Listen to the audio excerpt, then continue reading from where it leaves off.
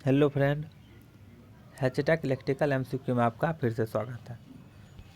आज के इस वीडियो में मैं फिर से एक नया प्रैक्टिस सेट लाया हूँ जिसमें 20 मोस्ट इम्पोर्टेंट क्वेश्चन होंगे जो कि आने वाले सभी जे एग्ज़ाम के लिए महत्वपूर्ण होंगे। इस चैनल पर मैं इलेक्ट्रिकल से रिलेटेड प्रैक्टिस सेट, इलेक्ट्रिकल से रिलेटेड ट्रिक और इलेक्ट्रिकल से रिलेटेड वैकेंसी का नोटिफिकेशन अपलोड करते रहता हूँ। तो आप अभी तक इस चैनल पर अगर नए हैं तो चैनल को सब्सक्राइब कर लीजिए और बेल आइकन को प्रेस कर दीजिए ताकि आने वाले नए वीडियो का नोटिफिकेशन आप तक सबसे पहले पहुंच जाए। तो चलिए इस प्रैक्टिस सेट को शुरू करते हैं। पहला क्वेश्चन है, a Buchholz relay is used for. Option A protection of transformer against external fault. Option B है protection of transformer against internal fault.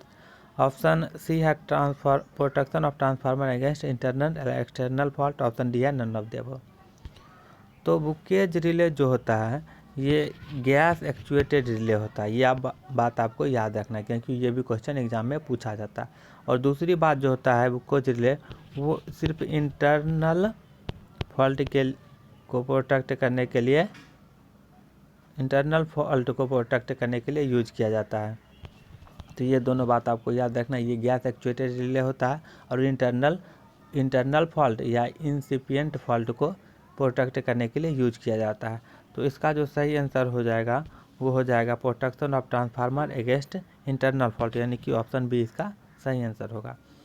Next question, 2 inductors of 5 henry and 4 henry have a mutual inductance of 2.5 henry between them, then coupling coefficient. तो इस question को solve करने के लिए आपको simply एक formula याद होना चाहिए जो कि कपलिंग कोफिशिएंट का फार्मूला होता है K=m√L1 × L2। बस यही सिंपली इस फार्मूला का यूज करके आप इस क्वेश्चन को सॉल्व कर सकते हैं।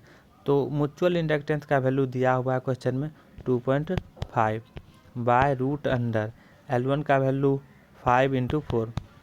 तो इसको आप कैलकुलेट कर लीजिएगा। कैलकुलेट करने के बाद जितना आएगा वही इसका आंसर हो जाएगा। तो इसका जो आंसर होगा वो आएगा कैलकुलेशन करने के बाद 0.56, यानी ऑप्शन डी इसका सही आंसर होगा। नेक्स्ट क्वेश्चन है, an ideal core coil has inductance of 2 millihenry. The number of turns of the coil is doubled and its length is half. Assuming that the inner cross-sectional area of the core remains constant, the new inductance of this altered air core is। Option A है 4 milli henry, option B है 16 milli henry, option C है 8 milli henry, option D है 32 milli henry. तो इसको solve करने के लिए कि सिंपल क्वेश्चन है, फार्मूला बेस्ड क्वेश्चन है, तो इसको आपको सॉल्व करने के लिए एक फार्मूला याद होना चाहिए। वो फार्मूला क्या है मैं लिख देता हूँ, L=μ(n²A/L)। यहाँ पे n नंबर ऑफ टर्न है और ए जो है एरिया है, एल जो है लेंथ है। तो ये फार्मूला आपको याद होना चाहिए। इससे रिलेटेड कुछ और फार्मूला मैं आपको बता देता हूँ।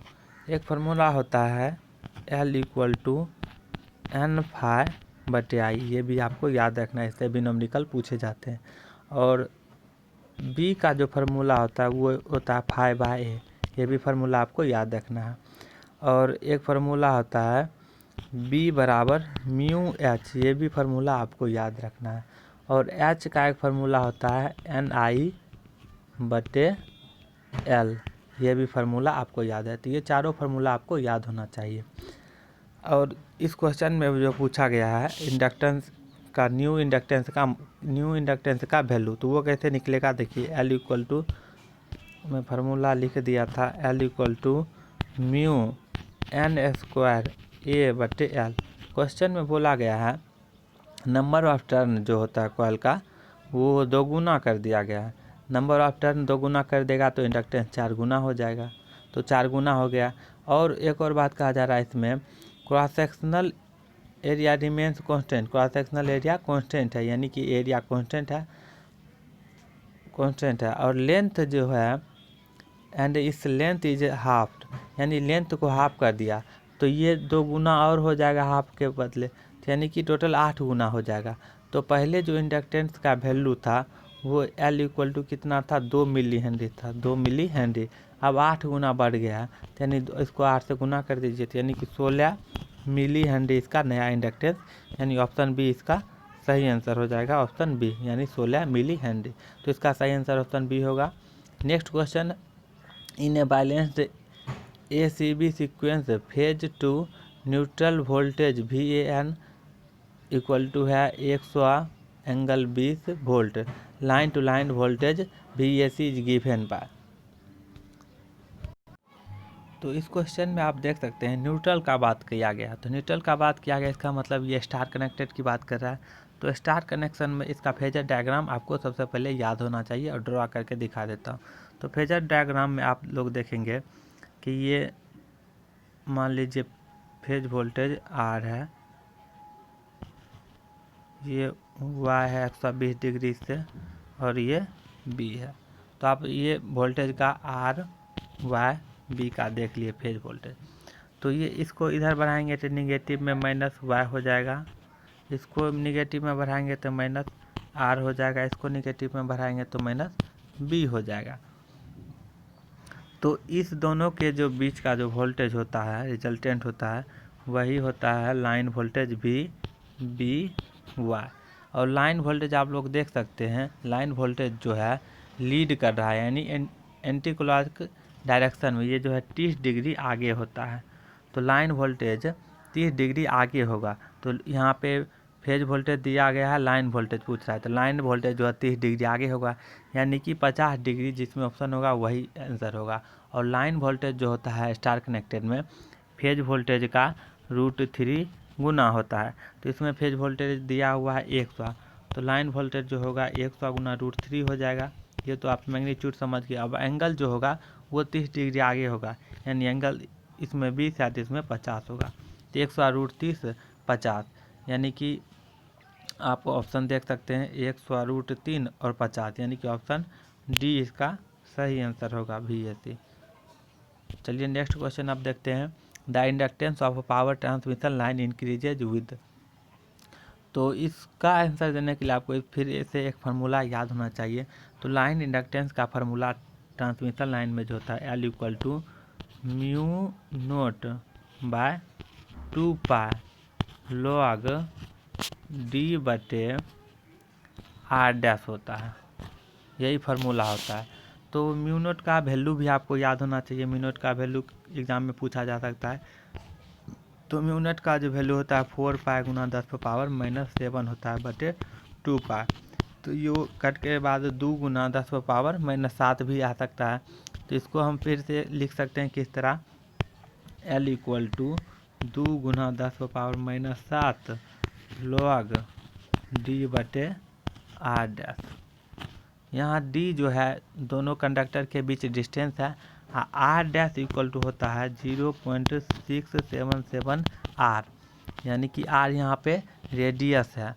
तो आप देख सकते हैं इसमें पूछा गया है, अगर हम लोग डायमीटर को बढ़ा देंगे तो डायमीटर को बढ़ा देंगे तो रेडियस को अगर बढ़ा देंगे तो डायमीटर भी बढ़ जाएगा।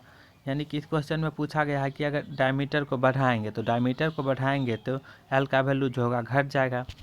तो increase in spacing between the phase conductor, तो अगर हम लोग उसके बीच का डिस्टेंस बढ़ा दें तो इंडक्टेंस बढ़ जाता है, क्योंकि ये जो होता है directly proportional. L equal to 2 गुना 10⁻⁻7 log D/R', यानी इसके डिस्टेंस का डायरेक्टली प्रोपोर्शनल होता है, यानी कि increase in spacing between phase conductor. तो इसका सही आंसर हो जाएगा ऑप्शन बी, यानी कि अगर उसके बीच के डिस्टेंस को हम लोग बढ़ाएंगे तो इंडक्टेंस का वैल्यू भी बढ़ जाएगा। चलिए नेक्स्ट क्वेश्चन देखते हैं, the effective charge following through a wire is given by 5t sin 4πt microcoulomb. Calculate the instantaneous current following at time t equal to 0.5। तो आप लोग फार्मूला एक जानते होंगे, I इक्वल टू dq/dt होता है। तो सिंपली आपको Q का वैल्यू दिया हुआ है, Q equal to 5t sin 4πt ये दिया हुआ है। तो आपको इसके t के साथ t टी के रिस्पेक्ट में डिफ्रेंशिएट कर देना है। तो टी के साथ डिफ्रेंशिएट कर देना है, यानी कि डी बाय आपको क्या करना है, d by d t 5t sine 4πt। तो आप इसका डिफ्रेंशिएशन कर दीजिएगा। डिफ्रेंशिएशन करने के बाद t इक्वल टू 0.5 रख दीजिएगा। तो इसको कैलकुलेशन करने के बाद जो वैल्यू आएगा वही इसका आंसर हो जाएगा। चलिए नेक्स्ट क्वेश्चन देखते हैं। Kelvin double bridge. Kelvin double bridge is suitable best suited for the measurement of. Option A है लो रेसिस्टेंस, ऑप्शन बी है इंडक्टेंस, ऑप्शन सी है हाई रेसिस्टेंस, ऑप्शन डी है कैपेसिटेंस। तो केल्विन का जो डबल ब्रिज होता है वो लो रेसिस्टेंस को मेजर करने के लिए यूज़ किया जाता है। तो इसका जो सही आंसर होगा ऑप्शन ए। नेक्स्ट क्वेश्चन पे आ जाते हैं। For operation of normal active mode of BJT which of the following condition is true. तो सबसे पहले बीजेटी का मैं एक फिगर बना देता हूँ। जैसे ये बीजेटी है, यानी कि एक हो जाएगा इमीटर, एक हो जाएगा बेस, एक हो जाएगा कलेक्टर। तो इसमें जो बीजेटी है इसमें 3 टर्मिनल होते हैं, आप लोग देख सकते हैं फिगर में। एक बेस होता है, ये बेस होता है, कलेक्टर होता है, एक इमीटर होता है। तो यहाँ पे जो जंक्शन का निर्माण होता है 2 जंक्शन होता है, एक यहाँ पे जंक्शन होता है, एक यहाँ पे जंक्शन होता है। तो इसको हम लोग कहते हैं इमीटर जंक्शन, इसको कहते हैं कलेक्टर जंक्शन। तो जो जंक्शन हो गए, तो इस नॉर्मल कंडीशन में ये जो जंक्शन है फॉरवर्ड बायस होगा कि रिवर्स बायस होगा, यही इस क्वेश्चन में पूछा गया। तो नॉर्मल कंडीशन की बात करें, इसमें से जनरली 4 कंडीशन होते हैं। और नॉर्मल कंडीशन में जो होता है ये जो जंक्शन होता है इमीटर जंक्शन और ये कलेक्टर जंक्शन। नॉर्मल कंडीशन में इमीटर जंक्शन जो होता है फॉरवर्ड बायस होता है और कलेक्टर जंक्शन जो होता है रिवर्स बायस होता है। तो इसका सही आंसर आप लोग अब ऑप्शन को चूज कर सकते हैं। बेस टू इमीटर जंक्शन भी बोल सकते हैं या इमीटर जंक्शन भी। Base emitter junction should be reverse bias, नहीं ये तो फॉरवर्ड बायस होना चाहिए। Base to emitter junction should be forward bias and collector to base junction should be reverse bias. तो ऑप्शन बी इसका देखिए सही मैच कर रहा है, यानी ऑप्शन बी इसका सही आंसर होगा। नेक्स्ट क्वेश्चन है a transmission line of surge impedance 300 ohm is connected to a load of 300 ohm. The reflection coefficient of the transmission line at the load end will be. तो आपको इसका जो reflection coefficient होता है इसका formula याद होना चाहिए। ये फार्मूला बेस्ड क्वेश्चन है। तो इसका जो फार्मूला होता है वो होता है ZL माइनस सर्ज इम्पीडेंस बटे ZL प्लस ZS। तो दोनों का वैल्यू बराबर है। तो दोनों का वैल्यू अगर सर्ज इम्पीडेंस का वैल्यू और लोड का वैल्यू अगर दोनों का बराबर होता है उस कंडीशन में रिफ्लेक्शन कोफिशिएंट जो 0 होता है, क्योंकि ऊपर में है ZL माइनस ZS। तो यानी कि 300 माइनस, यानी कि इसका जो वैल्यू हो जाएगा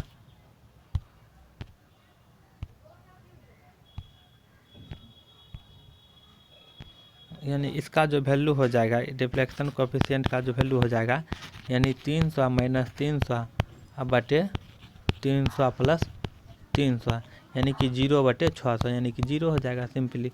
तो इसका जो सही आंसर होगा ऑप्शन सी होगा 0। तो आपको ये फार्मूला याद रखना है, आगे अगर इस प्रकार के क्वेश्चन को पूछा जाए तो आप आसानी से इसका जवाब दे सकते हैं। नेक्स्ट क्वेश्चन है the compensating binding in A DC machine. तो डीसी मशीन में जो कंपनसेटिंग बाइंडिंग होता है वो कहाँ पे रहता है, तो ये लोकेटेड रहता है कम्यूटेटिंग पोल पे। तो इसका जो सही आंसर होगा ऑप्शन ए होगा, यानी कि कम्यूटेटिंग पोल पे ये कंपनसेटिंग बाइंडिंग लोकेटेड रहता है। चलिए नेक्स्ट क्वेश्चन आप देखते हैं। A linear time invariant system initially at rest when subjected to a unit step at t equal to 0 given a response yt equal to 2e⁻t for t greater than equal to 0 the transfer function of the system. तो इसमें जो function दिया हुआ देख लीजिए yt equal to दिया हुआ है t e⁻t। अगर इसमें सिर्फ e⁻t का ट्रांसफ़र फंक्शन पूछता तो e⁻t का हम लोग जानते हैं क्या होता है 1/s प्लस 1 होता है, लेकिन इसमें t भी लगा दिया है। तो t लगा दिया है तो इसका जो हो जाएगा 1/s का होल स्क्वायर हो जाएगा। यानी इसका जो सही आंसर हो जाएगा 1/s प्लस 1 का होल स्क्वायर। अब देख लीजिए ऑप्शन कौन सा मैच कर रहा है, 1/s+1 का होल स्क्वायर, यानी कि ऑप्शन डी इसका मैच कर रहा है, तो ऑप्शन डी इसका सही आंसर होगा। नेक्स्ट क्वेश्चन है the casual system represented by g = 9/s² + 6x + omega. तो ये जो पूछा जी एस का वैल्यू दिया हुआ है और ये पूछ रहा है कौन कैसा डैम्प होगा, इसका नेचर पूछ रहा है सिस्टम का। तो देखिए यहाँ पे जो जी एस दिया हुआ है वो 9/s² + 6x + 9 है। तो इसको आपको कंपेरिजन करना है किसके साथ, ω_n² s² + 2 zeta ω_ns + ω_n², इसके साथ आपको कंपेयर कर देना है। बस आप इसका वैल्यू आराम से इसका जो नेचर होगा पता कर सकते हैं। तो चलिए अब इसका वैल्यू हम लोग कंपेयर करते हैं। तो ω_n² ऊपर में है, तो ω_n² की जगह पे 9 है, तो ω_n कितना निकल जाएगा, 3 निकल जाएगा। और देखिए 2 जीटा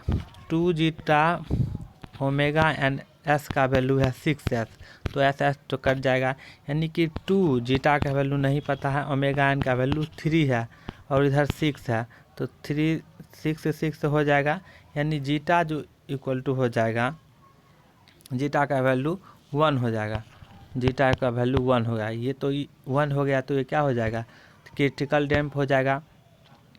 तो इसका जो सही आंसर होगा ऑप्शन ए होगा, क्रिटिकल डैम्प्ड। अगर जीटा का वैल्यू जीटा का वैल्यू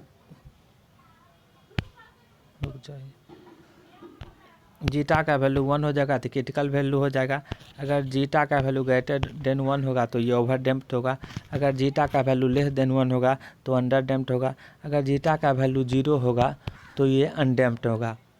तो चारों कंडीशन आपको याद रखना है। तो इस कंडीशन में हमको क्या आया था, जीटा का वैल्यू 1 आया था, तो इस 1 आया था यानी क्रिटिकल डैम्प हो जाएगा। तो इसका सही आंसर ऑप्शन ये होगा। नेक्स्ट क्वेश्चन है an ammeter with a range of 0 to 100 micro ampere has an internal resistance of 100 ohm for extending its range to 0 to 500 micro ampere the shunt reactance required.